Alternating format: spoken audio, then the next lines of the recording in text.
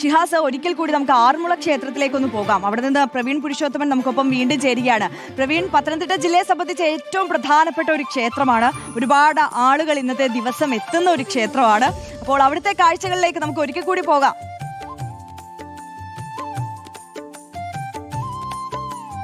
അതെ, ആറന്മുള പാർത്ഥസാരഥി ക്ഷേത്രത്തിലെ വിഷുക്കണി എന്നുള്ളത് വളരെ പ്രശസ്തം തന്നെയാണ്. നമ്മൾ ആദ്യം ഇവിടെ വന്നപ്പോൾ ഒരു ക്യൂ ആണ് കണ്ടത്. ഈ ക്ഷേത്രത്തിൻ്റെ ഒരു ഭാഗത്തേക്ക് പോയപ്പോഴാണ് കാണാൻ കഴിഞ്ഞത് ഈ ക്യൂ എന്നുള്ളത് വീണ്ടും ഇങ്ങനെ കറങ്ങി. അതായത് ഒന്നിൽ കൂടുതൽ ക്യൂ ഉണ്ട്. അത്രയധികം ഭക്തജനങ്ങളാണ് ഇപ്പോൾ ഇവിടേക്ക് എത്തിയിട്ടുള്ളത്. നേരത്തെ സുനീഷ പറഞ്ഞതുപോലെ തന്നെ പുലർച്ചെ തന്നെ ഈ ക്ഷേത്രത്തിലേക്ക്, ആറന്മുള പാർത്ഥസാരഥി ക്ഷേത്രത്തിലേക്ക് ഭക്തർ വിഷുക്കണി ദർശനത്തിനായി എത്തുന്നു. ഈ ആറന്മുള കണ്ണാടി ലോക പ്രശസ്തമാണ്. ഒരു പറച്ചിലുള്ളത്, അല്ലെങ്കിൽ ഭക്തരുടെ ഒരു വിശ്വാസം എന്നുള്ളത്, വിഷു ദിനത്തിൽ ആറന്മുള കണ്ണാടി അത് കണി കാണുകയാണെങ്കിൽ ഇരട്ടി ഫലം എന്നൊക്കെയാണ് പറയുന്നത്. അതാ കണ്ടില്ലേ, ഇവിടെ പല പ്രായത്തിലുള്ള അബാലവൃദ്ധം ആളുകളാണ് ഈ ഒരു വിഷുക്കണി ദർശനത്തിനായി എത്തിയിട്ടുള്ളത് ആറന്മുള പാർത്ഥസാരഥി ക്ഷേത്രത്തിൽ. അത് ആറന്മുളക്കാർ മാത്രമല്ല കേട്ടോ, ദൂരദേശത്ത് നിന്ന് പോലും ആറന്മുളയിലേക്ക് ആറന്മുള പാർത്ഥസാരഥിയെ വിഷുക്കണി കാണുന്നതിനായി എത്തിയിട്ടുണ്ട്. ഇത് അമ്പലത്തിൻ്റെ സോപാനത്തിന് സമീപമുള്ള സ്ഥലമാണ്. ഇതുവഴിയാണ് അകത്തേക്ക് ഭക്തർ പ്രവേശിക്കുന്നത്. എങ്ങനെയുണ്ട് പ്രാവശ്യത്തെ വിഷു? എങ്ങനെയാണ് ഇവിടെ വന്ന് കണി കണ്ടിട്ട് പിന്നെ വീട്ടിൽ പോകും? വീട്ടിൽ നിന്ന് കണി കണ്ട ഇവിടെ വന്നു, ഇനി വീട്ടിലോട്ട് പോകും. വീട്ടിൽ കണി കണ്ടു. ഇന്ന് വിഷു കഴിഞ്ഞിട്ട് ആർക്കൊക്കെ കൊടുത്തു? കുഞ്ഞുങ്ങൾക്കും അമ്മയ്ക്കും കൊടുത്തു. ആരെങ്കിലും തിരിച്ചു തന്നോ വിഷു കഴിഞ്ഞിട്ട്? സമയമാകുന്നതേ ഉള്ളൂ, അമ്മ തന്നു. എങ്ങനെയുണ്ട്? നേരത്തെ കണ്ടോ, നേരത്തെ നമ്മൾ പറഞ്ഞത്, നേരത്തെ നമ്മളൊരു 10 മിനിറ്റ് മുമ്പ് ഇതേ ആള് തന്നെ സംസാരിച്ചിരുന്നു. ഇപ്പോഴും അകത്തേക്ക് കയറാൻ പറ്റില്ല, അത്രയധികം ക്യൂ ഉണ്ട്. നല്ലപോലെ ക്യൂ ഉണ്ട്.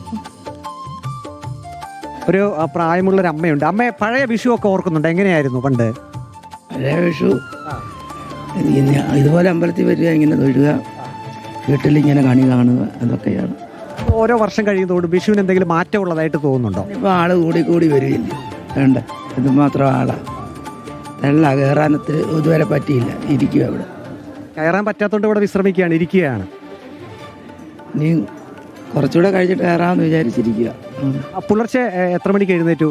ഞാൻ 4 മണിക്ക് എഴുന്നേറ്റു. വീട്ടിൽ എന്തൊക്കെ ഒരുക്കിയിരുന്നു കണിക്കായിട്ട്? ഇതെല്ലാം ഒരുക്കിയിട്ടുണ്ട്. എല്ലാം ഒരുക്കി വെച്ചിട്ട് വിളക്ക് കത്തിച്ച് എല്ലാം പ്രാർത്ഥിച്ചിട്ട് ഇങ്ങോട്ട് പോകുന്നതാണ്. ഇപ്രാവശ്യത്തിന് പ്രത്യേകത, കൊന്നപ്പൂ, ഒറിജിനൽ കൊന്നപ്പൂവിന് പകരം പ്ലാസ്റ്റിക് കൊന്നപ്പൂ, അത് കണ്ടിരുന്നോ? അതും വാങ്ങിച്ച് കുറേ വെച്ചിട്ടുണ്ട്. അവിടെ 200 രൂപയുടെ കൊന്നപ്പൂ വീട്, 200 പ്ലാസ്റ്റിക്കിൻ്റെ മേടിച്ച് തൂക്കി വെച്ചിട്ടുണ്ട്. നേരത്തെയൊക്കെ എങ്ങനെയായിരുന്നു? അല്ലാത്ത പൂ വാങ്ങിച്ചു വിടുമായിരുന്നു. ഇപ്രാവശ്യം എന്താ പൂ കുറവായിരുന്നു തോന്നുന്നു അല്ലേ? ഇപ്രാവശ്യം നേരത്തെ ഉണ്ടായി തീർന്നു. കാലാവസ്ഥയുടെ ആയിരിക്കും, ചൂടിന്റെ കൊണ്ടായിരിക്കും അല്ലേ കൊന്നപ്പൂവ്? നേരത്തെ തന്നെ വാടിപ്പോയി. വർഷങ്ങളിലൊക്കെ വിഷു വരുന്നതിന് മുമ്പേ എല്ലായിടങ്ങളിലും കൊന്നപ്പൂവ് ഇങ്ങനെ പൂത്ത് നിൽക്കുന്നത് കാണാൻ. ഇപ്രാവശ്യം കുറച്ച് കുറവായിരുന്നു.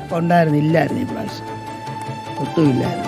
ഈ അമ്മയാണെങ്കിൽ കണ്ടില്ലേ, ക്യൂ ആണ്, അത് വളരെയധികം ക്യൂ ആണ്. അതുകൊണ്ട് തന്നെ വിഷുക്കണി ആയിക്കായിട്ട് ഇങ്ങനെ കാത്തു നിൽക്കുകയാണ്. പഴയ കാര്യങ്ങളൊക്കെ അമ്മ ഇങ്ങനെ ഓർക്കുകയായിരുന്നു.